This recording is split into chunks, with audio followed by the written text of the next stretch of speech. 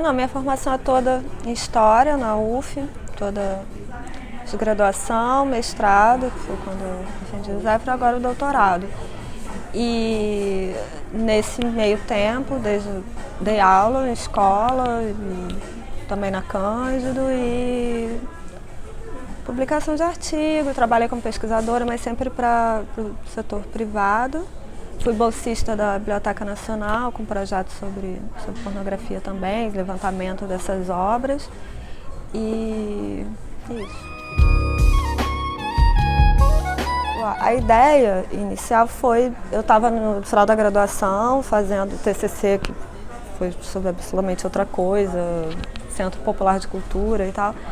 Eu estava, no último semestre, eu estava fazendo uma aula sobre história da indústria cultural, se não me engano, com o Gustavo Alonso.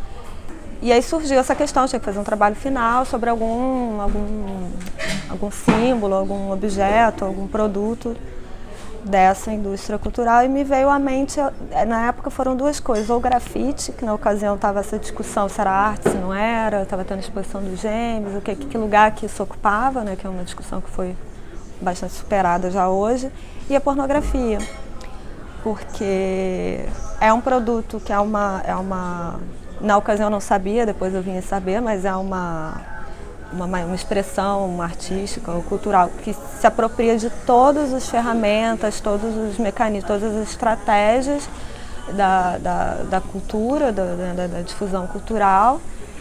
Se adaptou formidavelmente primeiro na literatura, nas artes plásticas, depois nos jornais, enfim, rádio. Existiram LPs pornográficos e tal, mas ao mesmo tempo está fora, não se apropria das mesmas ferramentas de divulgação, por exemplo. É uma coisa rodeada de muito tabu, ninguém senta, quer dizer, ninguém não, mas a maioria das pessoas não senta numa mesa de bar e fala, vi um filmaço ontem, o Kid Bengala, enfim. Então, me pareceu curioso. E imediatamente depois eu percebi, eu sou mulher, criada numa casa de mulheres, no interior de Minas Gerais, então eu própria não tinha nenhum contato, não conhecia, não pornô, assim, não consumia. Não sabia, assim, direito, e fui pesquisar. Falei, vou fazer isso. Nas minhas pesquisas encontrei o Zéfiro, porque me lembrei da capa do disco da Marisa Monte. E aí me lembrei, assim, que eu não lembro de onde eu tinha essa informação, de que era um cara brasileiro que fazia esses desenhos. Eu falei, vou ver, acho que é um bom começo, porque eu não sabia nem onde começar a procurar. E aí achei o Zéfiro, e numa pesquisa rapidinha, assim, Wikipédia, eu achei incrível a história dele, 1000 vidas em uma e tal.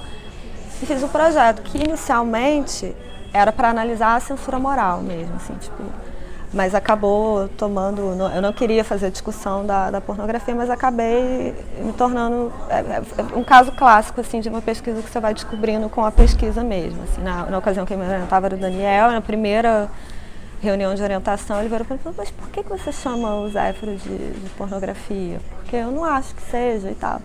E aí que eu fui ver a definição do que é toda a discussão com erotismo, pornografia, obscenidade, que existia esse debate, que ele era muito interessante. Então surgiu no caminho.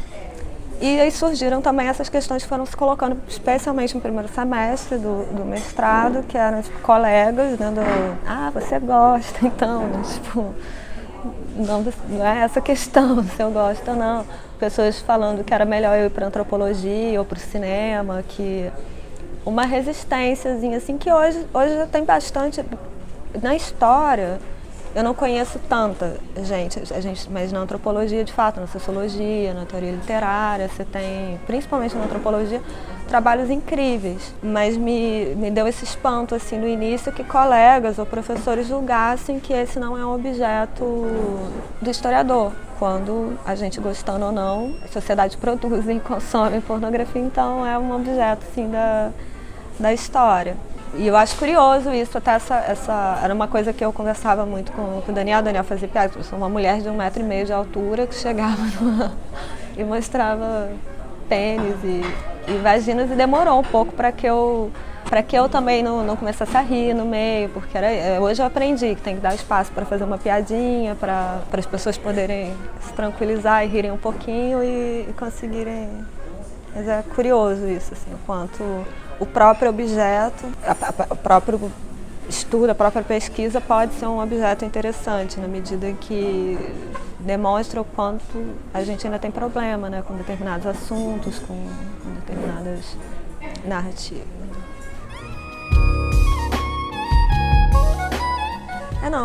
O Carlos Zéfiro foi o pseudônimo utilizado pelo Alcides Aguiar Caminha, que era um funcionário do Ministério da...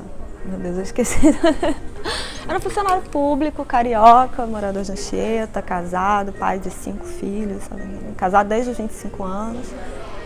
E ele tinha essa atividade, ele tinha algumas atividades, na verdade. Ele era compositor nas horas vagas, um boêmio conhecido, vivia ali na Praça Tiradentes. Um dos sambas, teve sambas em parceria com Nelson Cavaquinha, Flor e o Espinho, é de autoria dele também, que é lindo. Pois é. E uma terceira vida era essa com o pseudônimo de Carlos Zéfiro. Ele produziu, ilustrou, escreveu centenas de catecismos, que eram esses quadrinhos, pequenas revistinhas rústicas, assim, papel A4 dobrado em 4, faziam livrinhos, a maioria tem entre 30 e 32 páginas, ilustrados e com balãozinho estilo quadrinho, mas uma cena por página, que circularam no Brasil.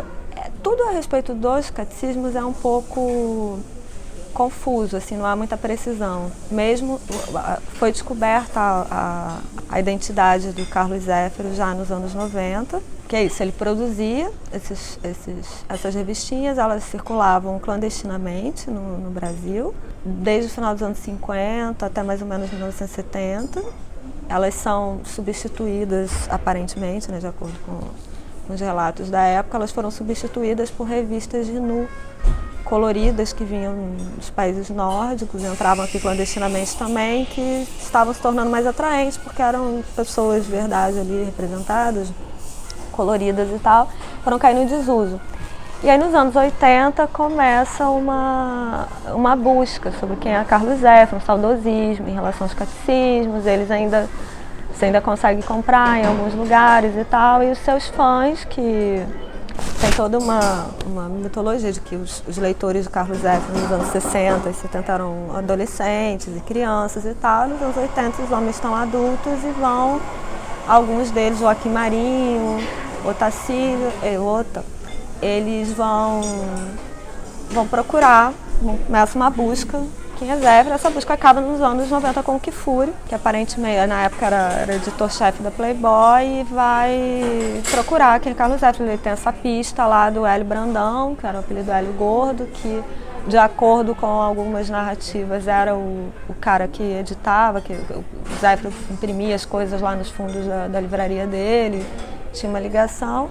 Essa altura, um outro quadrinista brasileiro reivindicou-se Zéfiro, chegou a dar entrevista para alguém, estava prestes a dar entrevista para o Kfouri também. E aí o Hélio Brandão dá uma dica de que não é e tal, e o Kfouri encontra o Alcides Aguiar Caminha. Aí tem a revelação dessa figura, que era um pacato funcionário público, não pacato com uma vida boêmia, e tal, uma figura muito carioca, que morria de medo de ter a identidade revelada, e aparentemente ficou muito surpreendido quando viu que era uma pessoa super querida. Ele faleceu pouco depois de ter revelado essa identidade, mas colheu os louros assim, do carinho que as pessoas tinham por ele. Chegou a participar da Comic Con, foi homenageado, deu diversas entrevistas e tal, e faleceu pouco tempo depois. E ele diz que ele começou, nas poucas entrevistas que ele deu antes de falecer, há algumas datas um pouco controversas. Acho que no Jô Soares ele falou que era no final dos anos 50 que ele começou a produzir os catecismos. Acho que no Jornal do Brasil ele fala que já foi em 60. Mas o que se sabe, assim, é que, né, o que se supõe é que o Carlos Zéfiro não foi o primeiro nem o único autor dessas revistinhas, mas ele foi o mais próspero, assim, ele provavelmente mais prolífico também. Há algumas teorias de que quando ele começou a fazer muito sucesso, outros autores começaram a assinar, como Carlos Zéfiro. Acho que é uma coisa que outros especialistas podem averiguar quais são os catecismos dele e quais não são. Mas, particularmente, para mim, a pesquisa isso não importava tanto, porque, como diz Chico Buarque, né, quando o fato, a história é mais interessante que o fato, a gente... essas revistinhas circulavam, pegaram esse apelido em São Paulo, porque os jornaleiros vendiam dentro de livrinhos religiosos. E aí, se você tinha 12, você tinha um Novo ou um Antigo Testamento, 24 você tinha uma Bíblia. A questão do preço, as testemunhas também, lá, as pessoas que escreveram sobre isso, varia-se muito. Uns dizem que era super caro, outros que podiam comprar baratinho. Circularam muito. O Joaquim Marinho, que é um dos, não sei se ainda está vivo, mas foi um dos maiores colecionadores de material pornográfico, erótico no Brasil. Ele é de Manaus, assim, ele diz que ele nem luz tinha, mas chegava mensalmente alguns exemplares na banca de jornal lá que ele adquiria. Há relatos de que chegou, ele próprio, o próprio Zéfiro, o próprio Alcide, falou sobre isso numa entrevista, que ele recebeu encomendas para a Argentina, ou Chile, para algum país vizinho nosso aqui. E que aí ele dizia, bom, como eu não falava castelhano, eu só fazia os desenhos e deixava os balões em branco para eles preencherem com o que bem entendesse. Foram encontrados catecismos na Europa e tal. E tinha a clandestinidade dentro da clandestinidade, né? Então, depois que saía da mão dele, aquilo também era reproduzido e pirateado ali dentro. Então tem um alcance que eu suponho muito grande, mas como todo material pornográfico é muito difícil, a gente acha que talvez essa seja a maior dificuldade de tomar a pornografia como objeto, porque é um material consumido, mesmo quando não é totalmente legal, clandestino, é um material consumido por baixo dos panos, então você, clandestino pior ainda, não tem como a gente avaliar a tiragem e tal, mas falam em números bem estratosféricos. As aventuras de João Cavalo, por exemplo, teria vendido assim, dezenas de milhares, mil cópias, sabe? Assim, parece que foi muito... Agora eu esqueci o número exato, eu não sou muito boa com números, mas um número bem alto, assim. Depois eu confirmo com você, põe uma legenda, uma notinha embaixo, mas é para a época, com os índices de analfabetismo e tal,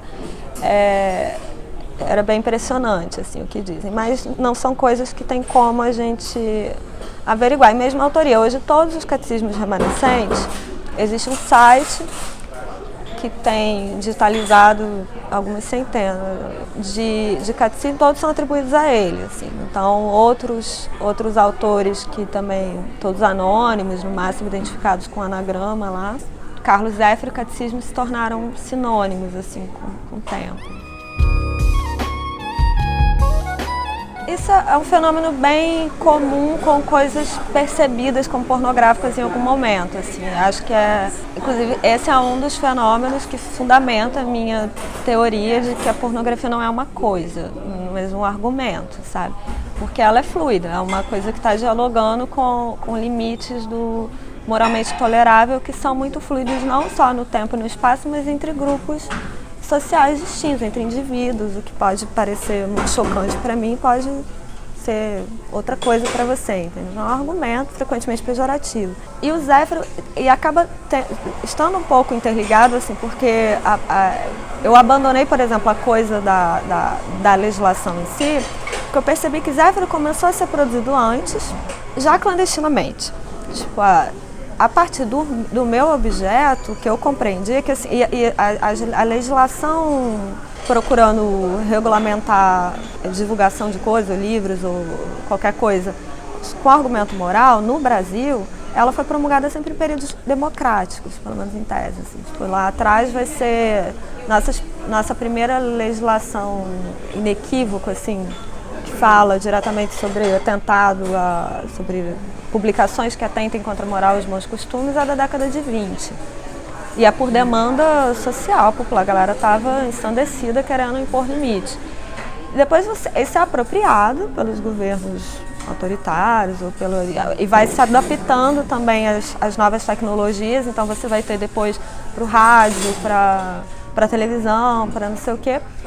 mas não é uma característica no Brasil de governos autoritários. Eles se apropriam desse discurso, porque a bandeira da moralidade tradicionalmente faz parte, né, desses projetos políticos, mas ela é anterior. Então o Zéfiro ele já circulou, ele atravessou esse momento e não há evidências de que a ditadura, de que os governos militares tenham prejudicado de alguma forma essa produção. O que fez com que o Zéfiro deixasse de ser popular foi a chegada de novas mídias, novos materiais. Então, eu achei curiosa, então não é que eu tenha abandonado totalmente essa discussão, mas ela mudou de foco porque eu estava trabalhando com um objeto que atravessava esse momento. Mas nos anos 80, quando começa-se a resgatar o Zéfiro, resgata-se essa memória não só da época da boa pornografia inocente, pornografia ingênua, como também uma ideia de que ele havia sido perseguido, entendeu?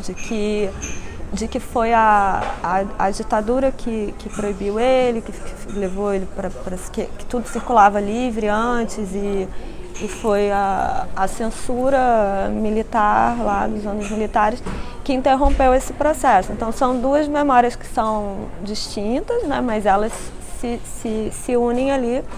Então você vai ter 3 livros foram escritos sobre o Zéfiro. Um de Joaquim Marinho, não, 2 de Joaquim Marinho e um do Otacílio da Assunção. E o do Joaquim Marinho são reuniões de artigos, um é o Arte Sacana de Carlos Zéfiro e outros alunos sacanas de Carlos Zéfiro, salvo engano. São todos os anos 80. E o primeiro, ele reproduz alguns catecismos e coloca alguns artigos. E esse segundo, ele teoricamente é para falar dos discípulos de Zéfiro, dos caras que continuaram a obra dele, mas os artigos também são sobre Zéfiro. E ali você vai ler coisas como que ele foi precursor do feminismo no Brasil, porque as mulheres gozavam nos catecismos dele, ou que ele foi um herói nacional, que ele resistiu à ditadura, que a forma dele resistir foi essa e tal. Quando a gente tem, assim, o que eu encontrei foi um relato do Hélio, só que não foi do Hélio, não, foi do próprio Zéfiro, dizendo que um dia ele estava na livraria do Hélio Brandão, chegaram alguns policiais fazendo perguntas e ele saiu correndo e pegou o bonde pro lado errado, assim, alguma coisa. E que ele tinha medo e tal, eu não duvido, né? Pode ser que tivesse medo, mas não há evidências assim fortíssimas de que as coisas continuaram circulando. Inclusive o auge da circulação foi esse, foi anos 60.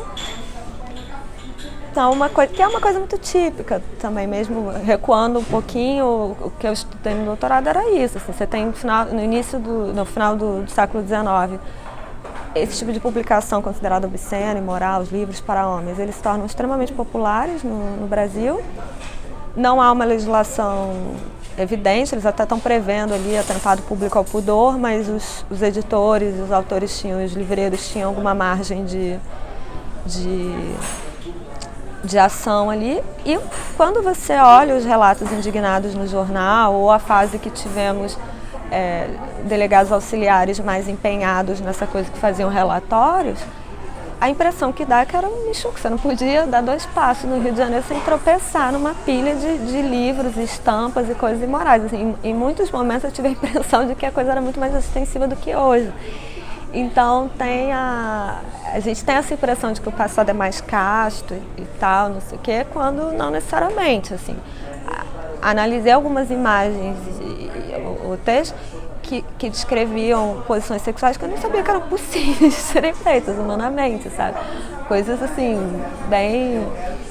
Só que é claro que isso é isso, assim, quando o Zéfiro é chamado de ingênuo é porque é o caráter totalmente rústico daqueles quadrinhos, umas figuras eventualmente toscas, assim, ele não era um exímio desenhista, os especialistas dizem que ele decalcava as figuras de fotonovela e botava elas peladinhas, e não é raro que você veja o mesmo personagem com cabelos diferentes em várias historinhas.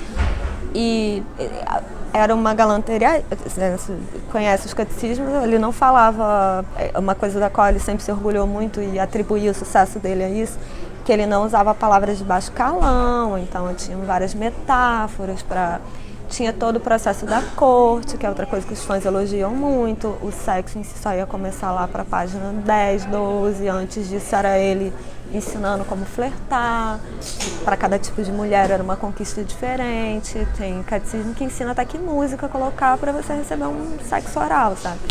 De qualidade. Então, isso quando você chega nos anos 80, que a gente tem li muitos artigos, muitos trabalhos sobre isso que discutem o quanto, com a proximidade da redemocratização, toda e qualquer censura foi associada imediatamente ao período autoritário do qual a sociedade queria desesperadamente se deslocar ali, pelo menos em tese, em aparência. Então ficaram diante desse dilema de não podemos censurar ou impor limites à exposição do corpo ou da sexualidade nos nossos meios de comunicação, porque isso vai ser confundido com o autoritarismo.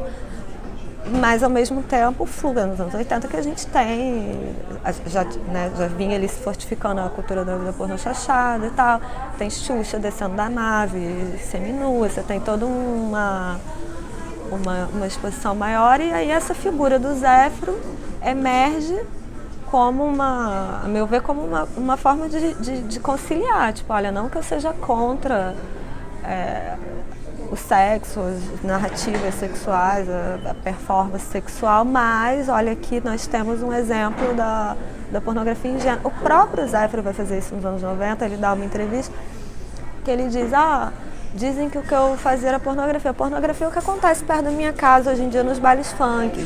Então, tipo, você tem que explica muita coisa, explica esse argumento pejorativo da pornografia, explica o descolamento. É muito recente o movimento, a não ser a indústria pornográfica cinematográfica mesmo, é muito recente o movimento de pessoas produzirem material que representa o sexo, reivindicando para si o título de pornógrafo, sabe? Milo Manara, que é considerado o pai do quadrinho erótico, ele dá uma entrevista que perguntam a ele a diferença entre pornografia e erotismo, e ele fala, é difícil, é complicado, mas eu faço erotismo, sabe? Mesmo que eu não saiba explicar, não é isso que eu faço.